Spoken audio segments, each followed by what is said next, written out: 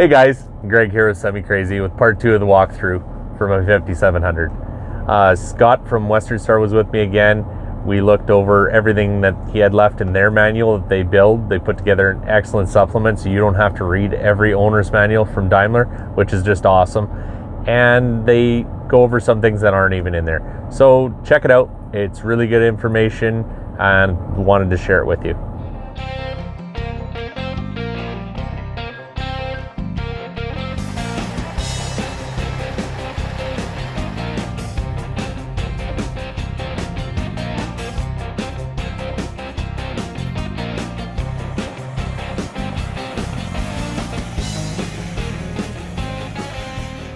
The very first page after introducing ourselves, basically, I put a word on idling engines. So without reading all of this word for word, I'm just going to talk about it. So what we consider idling is anything from base idle all the way up to rated RPM. If the engine's not doing work, meaning moving a load or operating PTO, we call that idle. Okay, some guys, I got to make that clear.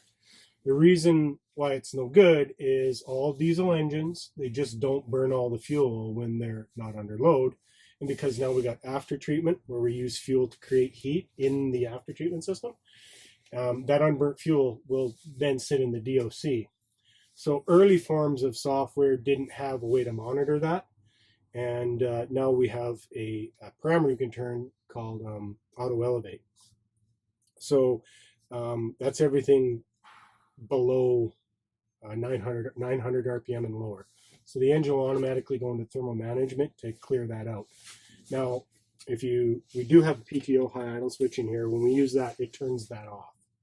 Okay, so we want to, if we have to idle this truck, we want to use the cruise switches. That leaves that auto elevate enabled, and it'll go into that thermal management to clear that out. Now, what happens in the winter time is that isn't always as effective because of the cold temperatures. Now we got a colder cylinder, we got a little more fuel going in there, and we end up with, that's probably the LVD.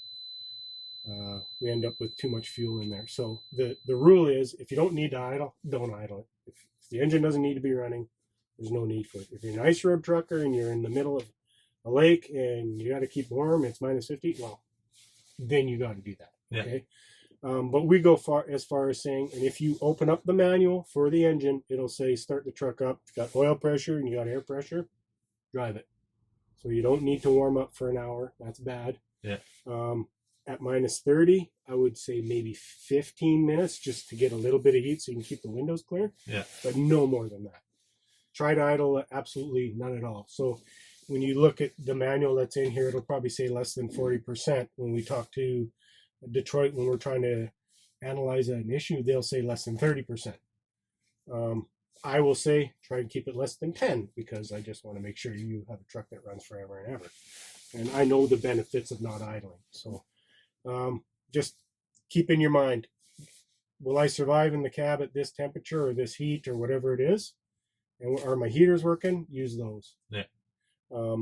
Lots of guys get worried, well, it may not start. Well, if you have a good maintenance procedure and you get your cooling or your charging system and starting system checked once a year, your batteries, you shouldn't have any of those issues.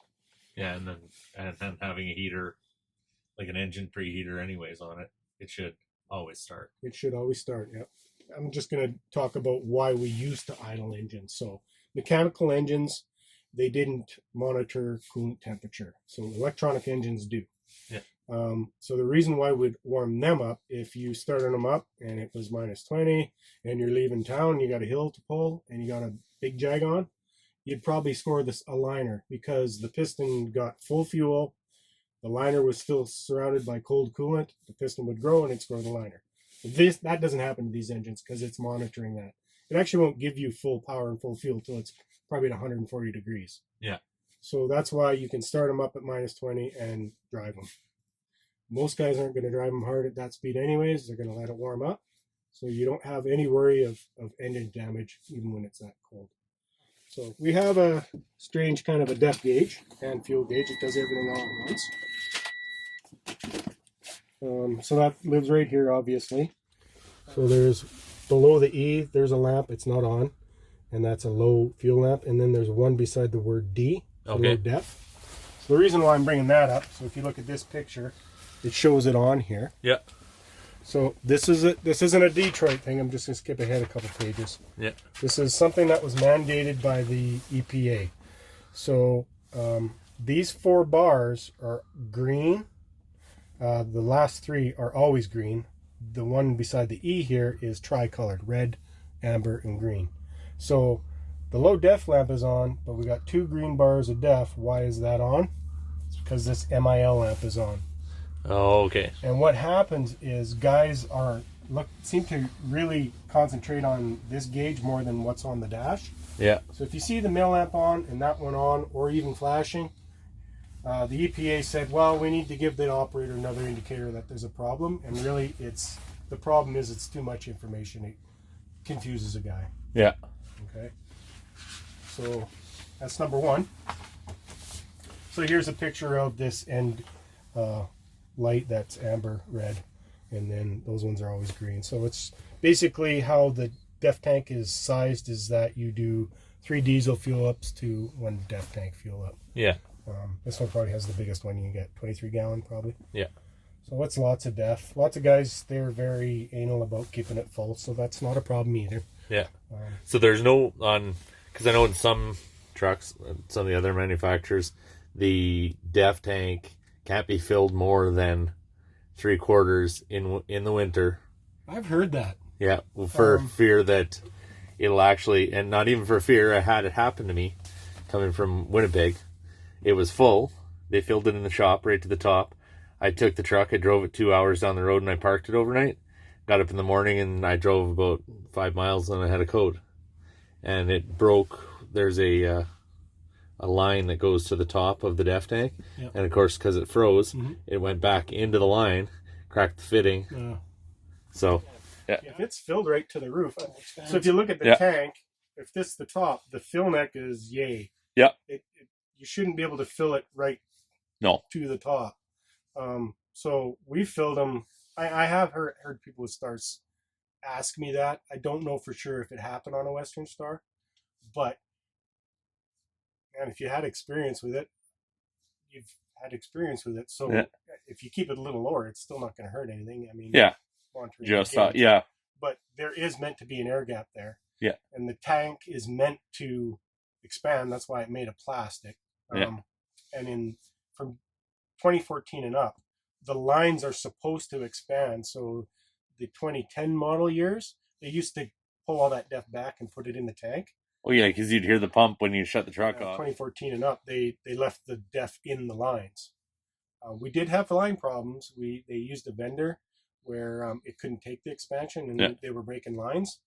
And in fact, now these come from the factory with a zip tie around the line where the def dozer is, so that if it does break, it's going to be held on. So just covering the lights a little bit, I know you're familiar with trucks, but what's really nice about this manual is a lot of times, and especially guys who haven't been giving any training, you get check engine lamp on, the first thing you do is pick up the phone because it's going to shut down. Well, it won't. So for the check engine and the MIL, if you get a check engine lamp on, it can be driven to end of shift, call for service. So the reason why they're telling you that is if you're 3 hours from Vancouver and you got to be there, to unload at a certain time, you can continue. The only time the engine is going to stop or needs to be stopped is when the stop engine lamp is on. Yeah. So you might be in a D rate, that's possible, but the value of what I'm trying to get across here is it doesn't mean the engine's going to shut down. It doesn't mean that you can't finish the day. Yeah. Most cases you can. So the power in this sheet is if I get this lamp, what do I do? And the drive reaction is right here. Yeah.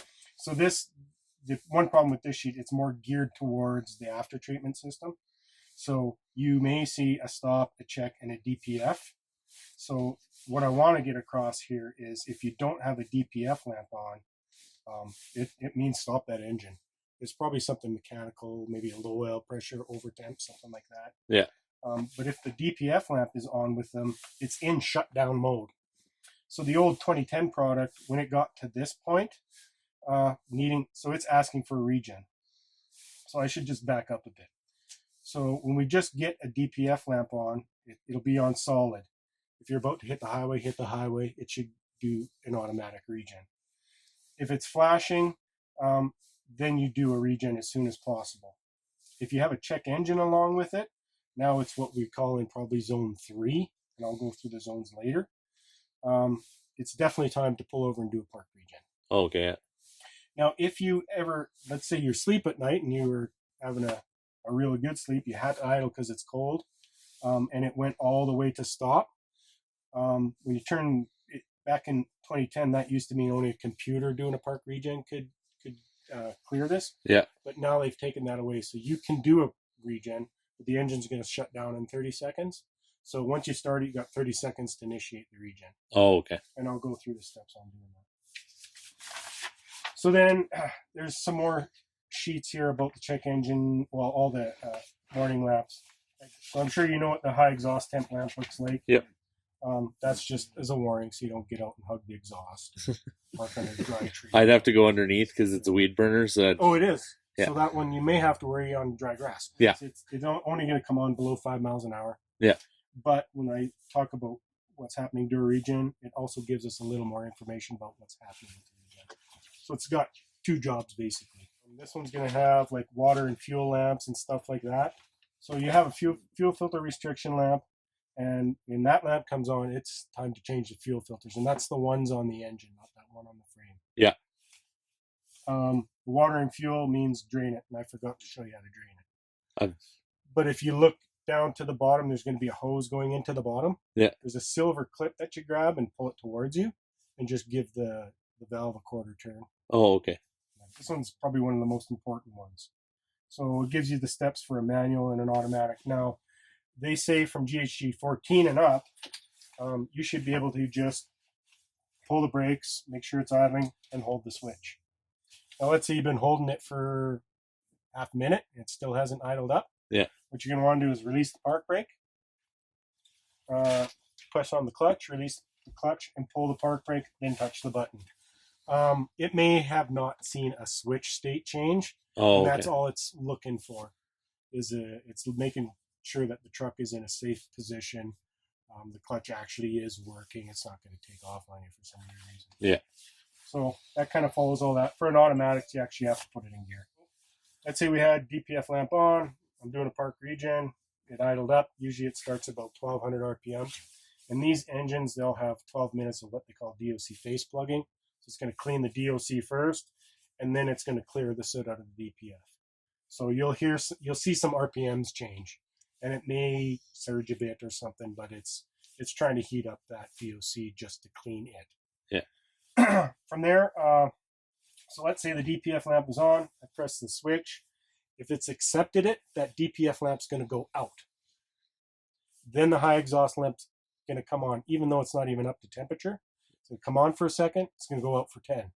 It's going to continue to go on and off until it gets to 525 C or 977 Fahrenheit, where it will come on solid.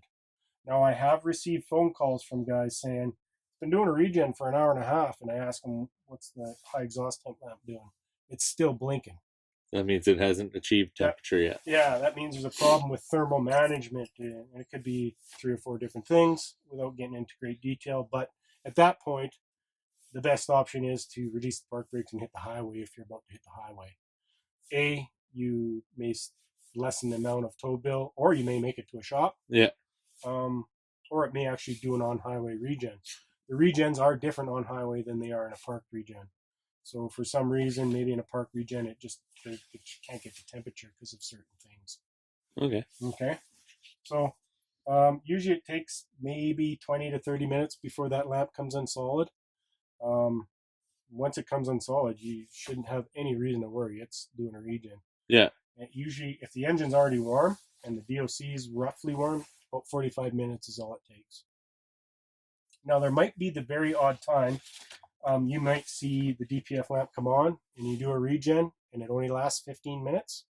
That's because there was HC absorption in that DOC. Oh, okay. So there's nothing in a manual that's going to tell you that. but that can happen. I've had calls, yeah, it only went 15 minutes. All the lights off? Yeah. No, it was HC that. Were you idling? Yeah. That happened. So a couple of different things there. So we also turn on a, it's called, the parameter is called DPF regen turn on switch, and it's not a switch, but it has to do with this switch. So they come from the factory to be active when it's in zone 2. You know it's in zone 2 when the DPF lamp comes on. So the DPF lamp only comes on when it's reached zone 2. But if we're driving down the highway, it'll go into thermal management and start performing a low temp regen in zone 1. Okay, yeah. So that's why we can go longer now and do less park regens, is because it starts earlier. But this information is powerful when you have to idle overnight. So we enable a parameter so that you can do a regen when you're in zone 1, but you don't know you're in zone 1 because there's no lamps telling you that, because that lamp comes on in 2. Yeah. Okay, you follow me so far? Yeah, you betcha. So let's say maybe you have a heater problem and it's minus 20 and I got to idle overnight. When you stop the truck, press the button, see if it'll do a regen. So if it's in zone 1, it's going to idle up and it'll do a regen for you. If it's not in zone 1, it's not going to idle up. So if you've been holding that for 30 seconds, you got no lights on the dash, it's in zone 0. So then you're okay. You can. Yeah, you should be able to make it through the night. Now, depending how cold it is, it may progress quite rapidly. But what you can do is, even if it's still the light off when you get up, you could try and do a regen before you even drive. Oh, okay. Yeah. So one of the reasons why they don't let you do normally a regen in zone 2 is it burns a lot of fuel. So don't just be doing regens because it does cost you money. Yeah. In fuel. Mm-hmm. But do it if you don't want to get woken up at night or something like that. That's what the use of that is for. So now this information, the 5 DPF zones, basically describes time in hours, what it takes to get to each zone. Now zone 1 has a big gap of 70 hours. It can reach zone 1 in 20 hours or 90 hours. Again, depending on conditions and how well the engine's running. So probably in the Arctic, 20 hours. So once a day, it's probably going to make it to zone 1. Okay. The power in this is let's say I have the DPF lamp on. So it's in zone 2. Yeah. And I've tried to park regen and the lamp's been flashing for an hour and a half. You know there's a problem. So you're definitely in zone 2. So from whatever zone 1 was, it took 13 hours from there to get to zone 2. So now where am I? I'm between 2 and 3. So it takes another couple hours to get to zone 3 from zone 2, or pardon me, zone 1. From there, it takes another hour and then another, so 3 hours there, an hour there. So if you're in zone 3, let's say, you got 4 hours of operating time before you can get service. So this is just a little bit of insurance for the operator to say, well, I know I'm in zone 2. I just have a DPF lamp on, and I'm approaching 3, obviously, but I got 4 hours to drive somewhere. So again, it's not, it's where's the closest dealer, Detroit dealer, not necessarily a Star. Yeah. So Freightliner, anybody like that, I'm coming to you. I've tried to do a park regen. They ain't doing one. I'm driving. So you might make it there. Most times you will, or you shorten the tow bill. Yeah. Okay. So that's the importance of that. That kind of makes sense? Oh, yeah, totally.